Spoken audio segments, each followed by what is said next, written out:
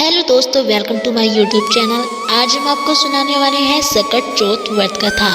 जी हाँ दोस्तों, आज हम आपको सुनाने वाले हैं तिल चौथ की व्रत कथा। आइए जानते हैं कि तिल चौथ की व्रत कथा क्या है। एक शहर में देवरानी जेठानी रहती थी। देवरानी गरीब थी और जेठानी बहुत अमीर थी। देवरानी हमेशा गणेश जी का पूजन और व्रत करती थी।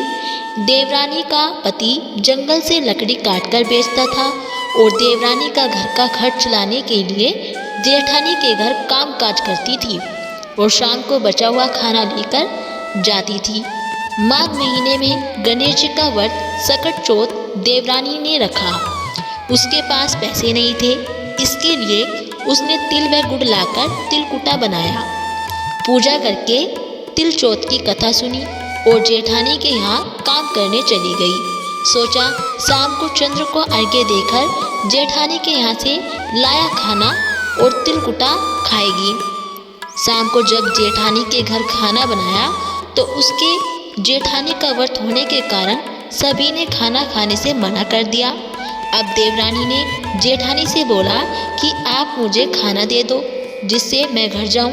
इस पर जेठानी ने कहा कि आज तो किसी ने भी अभी तक खाना नहीं खाया, तुम्हें कैसे दे दूं? तुम सवेरे ही बचा हुआ खाना ले जाना। देवरानी उदास मन से घर चली आई और देवरानी के घर पर पति बच्चे सब आस लगाए बैठे थे कि आज तो त्योहार है, इसलिए कुछ पकवान आदि खाने को मिलेगा। लेकिन जब बच्चों को पता चला कि आज तो रोटी भी नहीं मिलेगी तो बच्चे रोने लगे। उसका पति भी बहुत क्रोधित हो गया और कहने लगा कि दिन भर काम करने के बाद भी वह 2 रोटियां नहीं ला सकती। वह बेचारी गणेश जी को याद करती हुई रोते रोते पानी पीकर सो गई। उस दिन सकट माता बुढ़िया माता का रूप धरकर देवरानी के सपने में आई और कहने लगी, सो रही है या जाग रही है? वह बोली, कुछ सो रहे हैं और कुछ जाग रहे हैं। बुढ़िया बोली, भूख लगी है, खाने के लिए कुछ दो। देवरानी बोली, क्या दूं? मेरे घर में तो अन्न का एक दाना भी नहीं है। जेठानी बचा कुचा खाना देती थी, आज वो भी नहीं मिला। पूजा का बचा हुआ तिलकुटा छींके में पड़ा है, वही खा लो। सकट माता ने तिलकुट खाया और उसके बाद कहने लगी कि निपटाई लगी है। कहाँ निपटी?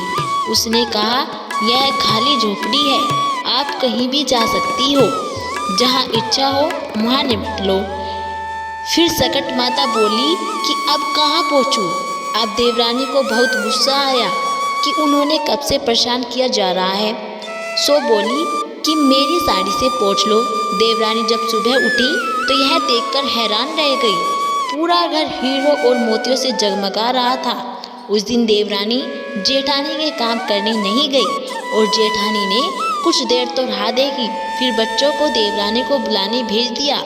जेठानी ने सोचा कल खाना नहीं दिया था, इसलिए शायद देवरानी बुरा मान गई होगी।